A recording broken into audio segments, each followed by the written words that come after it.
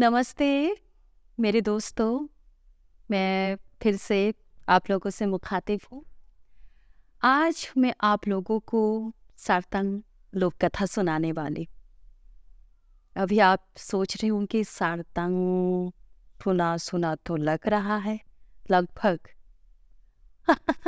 ये लगभग शब्द ये बहुत ही इंटरेस्टिंग शब्द है कि लगभग सुना सुना लग रहा है। बहरहाल मैं सारतंग के बारे में एक बहुत ही ब्रीफ में एक जानकारी में देना चाहूँगी। सारतंग को हम कह सकते हैं कि मुझे भी ये बताते हुए थोड़ा सा अफवाहत हो रही है। कुछ लोग ये मानते हैं कि सारतंग मोनपा जनजाति की उपजनजाति यानी कि इसके सब ट्राइब है। लेकिन जो खुद सारतंग जो सारतंग वासी है, जो सारतंग है, उनका ये मानना है कि नहीं, हमारा अपना एक इंडिपेंडेंट अपनी एक आइडेंटिटी है। हम मोनपा के हम सब ट्राइब नहीं हैं। और साल 1997 में सरकार के सामने जो सारतंग समुदाय है, इन्होंने अपनी मांगे रखी कि हमें बूट मोनपा, इनको बूट मोनपा के नाम से भी जाना जाता है, कि हमें बूट मोनपा के नाम से एक नाम से हमें मतलब नामकरण करते हुए हमें मोनपा के सब ट्राइब के रूप में हमें अपनी जो आइडेंटिटी जो अब स्थापित हुई है वो हमें नहीं चाहिए। हम एक इंडिपेंडेंट ट्राइब है और हमें सारतंग नाम से जाना जाए और हमारी एक इंडिपेंडेंट एक आइडेंटिटी एस्टैब्लिश हो, ये उनका डिमांड है। हम ये कहेंगे कि ये उनकी पॉलिटिकल एक डिमांड है, एक राजनीतिक एक उनकी मांगे है। सारतंग शब्द का भी मैं अर्थ बताना चाहूँगी। ये बहुत ही सुंदर शब्द है जो सार और तांग इन दो शब्दों से बना है। सार का मतलब है पूरब का एक ऐसा इलाका जहाँ से सनराइज होता है, और तांग का मतलब है ईश्वर, यानी कि पूरब का वह इलाका जहाँ सनराइज होता है और जो ईश्वर द्वारा जैसे ये कहा कि उस जगह को ब्लेसिंग प्राप्त है। यानी सारतंगवासी अपने आप को बहुत ही गौरव के साथ ये कहते हैं कि हम पूरब के उस इलाके से आते हैं जिसे ईश्वर ने, जिसे गॉड ने खुद ब्लेस किया है। हम उस ब्लेसिड लैंड से हम आते हैं। तो खैर पॉलिटिकल बातें, राजनीतिक बातें वो अपनी जगह चलती रहेंगी, लेकिन मेरा काम है आप लोगों को दास्तां सुनाना, किस्सा सुनाना, कहानियाँ सुनाना। और जैसा मैंने कहा कि लगभग आप में से बहुत ऐसे लोग, ऐसे हमारे अरुणाचली, नॉन अरुणाचली, ऐसे बहुत सारे दर्शक हैं, ऐसे बहुत सारे लिसनर हैं जो ये सोच रहे कि जो अभी मैंने बताया कि लगभग सुना सुना लग रहा है सारतंग। दरअसल न्यूज़ 5 का ये जो पॉडकास्ट है, इस प्रोग्राम की यही तो खासियत है कि यह अरुणाचल के उन गुमनाम, अनजाने, अपहचाने, अनसुने इलाकों से आपके लिए लोक कथा चुन कर लाती है।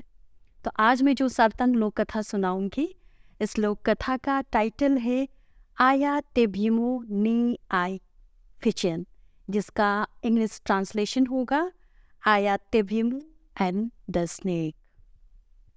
इस सारतंग फोकटेल में, इस लोक कथा में एक ऐसे समय का डिस्क्रिप्शन है या एक ऐसे समय का डिपिक्शन है जहाँ इंसान और भगवान एक साथ रहते थे। दोनों के बीच निरंतर बराबर इंटरेक्शंस होता था।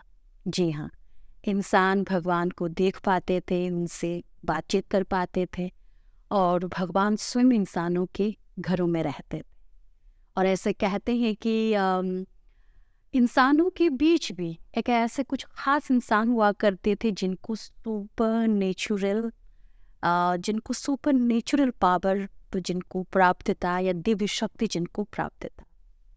और देखिए कि ये जो समाज है या ये जो समय है वो कितना प्रोग्रेसिव रहा होगा, क्योंकि इस लोक कथा में ये भी कहा गया है कि उस समय औरतें जो महिलाएं हैं वे भी प्रीस्ट यानी कि पुजारिन हुआ करती थी। जी हाँ, फीमेल प्रीस्ट।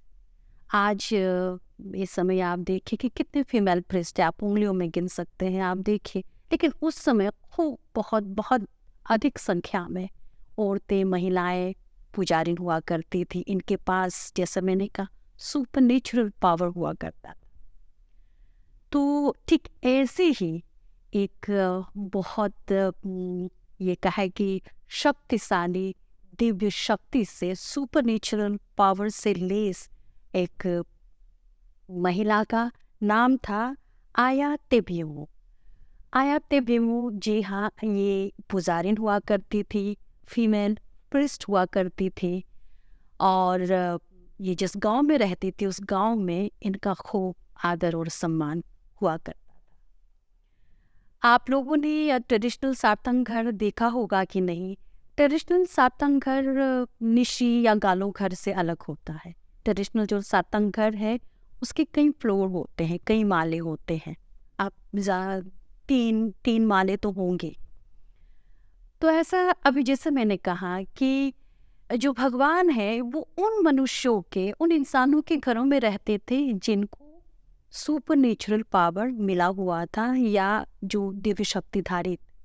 चूंकि आया तेबियमु एक पुजारिन थी, एक जैसे मैंने कहा कि सुपरनेचुरल पावर इनके पास था, तो इसीलिए आया तेबियमु के घर पर एक नाग, हम कह ले नाग देवता, एक नाग देवता रहा करते थे।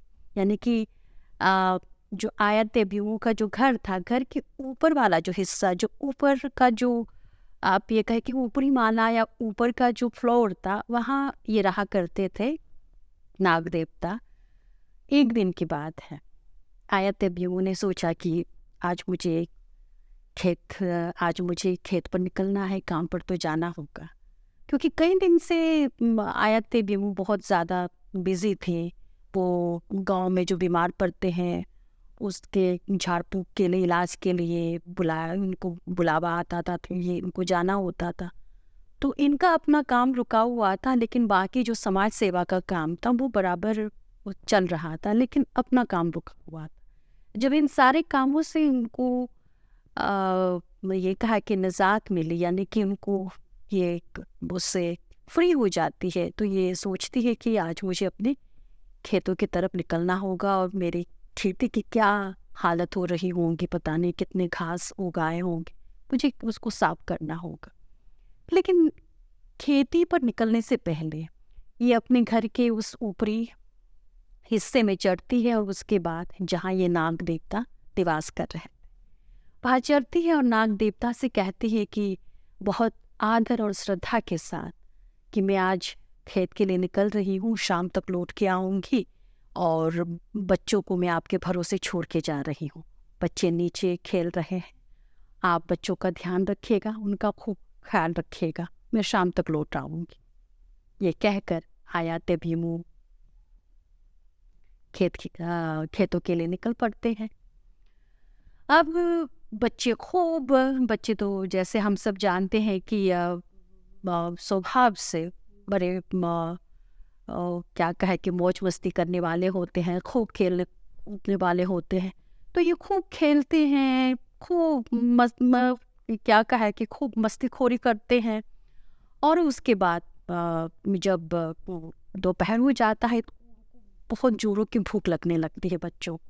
अब जाहिर सी बात है कि आप इतना खेलेंगे, इतना कूदेंगे, तो आपके शरीर की जो ऊर्जा है उसका तो खपत होगा ही, यानी कि जो स्टेमिना है वो धीरे धीरे ख़त्म होता है और आपको जाहिर सी बात है यू नीड कार्बोहाइड्रेट, आपको खाना तो पड़ेगा ही।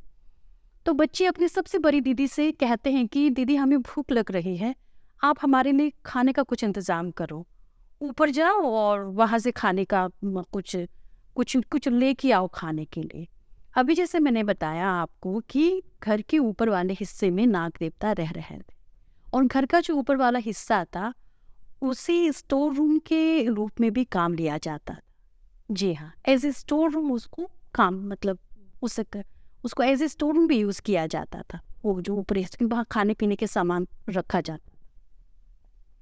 अब ये जो इनकी जो दीदी है, यानी कि आया तेबीमू की जो बड़ी बेटी है, ये लकड़ी की सीढ़ी लगा कर ये चढ़ती है। लकड़ी की सीढ़ी को इनकी भाषा में कहते हैं जू लुथोन। जू लुथोन लकड़ी की सीढ़ी लगाकर, वुडन स्टेयर लगाकर ये ऊपर चढ़ती है। अब उसको नहीं मालूम कि यहाँ नाग देवता निवास करते हैं, उसको बिल्कुल नहीं मालूम। आया तेबीमू ने भी उनको नहीं बताया। उनको ये लगा होगा कि ये तो बड़ों की बातें हैं, बच्चे इस बारे में जान के क्या करेंगे, तो उनको बताया नहीं। तो ये जैसे ही ऊपर चढ़े और उसने नाग देवता को देखा तो ये एकदम से डर गई, इतना ज़्यादा डर गई और बहुत ज़्यादा शॉक्ड हो गई। चीख मारती हुई ये नीचे गिर पड़ी। अब जाहिर सी बात है कि आपको नहीं पता कि वहाँ एक नाग निवास कर रहे हैं और आप अचानक से देख लिया, तो किसी का भी डरना लाजमी है। तो ये डर के मारे एकदम से मतलब सीढ़ी से नीचे गिर पड़ती है और उसके बाद फौरन उसकी मौत हो जाती है।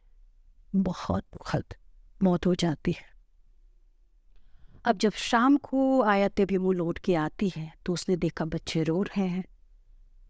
तो फिर उसने पास आके देखा तो देखा नीचे उसकी बेटी मरी हुई नीचे पड़ी हुई है। तो आया तेबीमू को इतना गुस्सा आया, इतना क्रोध आया, उसने आगे नहीं देखा, पीछे नहीं देखा।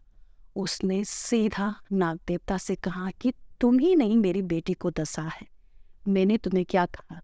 मैंने कहा था कि मेरे एब्सेंस में हमारे बच्चों का, मतलब मेरे बच्चों का ख्याल रख। तुमने उसको डस दिया, जाओ यहाँ से। कहा कि फौरन भागो यहाँ से, निकलो। गुस्से में ह्यूमिलेट करके, इंसल्ट करके नाग देवता को जाने पर मजबूर कर दिया। नाग देवता अपने सफाई में कुछ कहना चाह रहा था, लेकिन आया तेबीमू बिल्कुल सुनने को तैयार नहीं, बिल्कुल तैयार नहीं। अब नाग देवता क्या करते?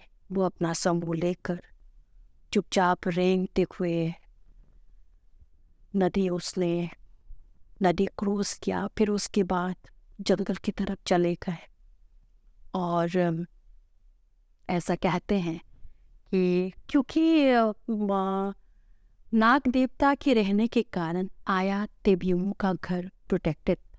जी हाँ, नाग देवता उस घर का रक्षक था, नाग देवता उस घर का सौभाग्य था, नाग देवता उस घर का लक।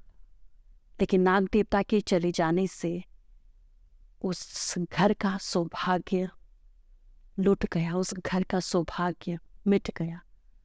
और कहते हैं कि एक बहुत बड़ा फ्लड आता है, एक बहुत बड़ी बाढ़ आती है। उस बाढ़ में आया तेबीमू का घर डूब जाता है। सिर्फ घर ही नहीं, आया तेबीमू और उसके जो बाकी जो बच्चे थे वे सारे भी उसमें डूबकर मारे जाते हैं। तो कहानी यही ख़त्म हो जाती है। लेकिन अब इस कहानी ने हमें क्या सिखाया, या ये कहानी हमें क्या बताती है? ये कहानी हमें यही बताती है कि हमें जजमेंटल नहीं होना चाहिए।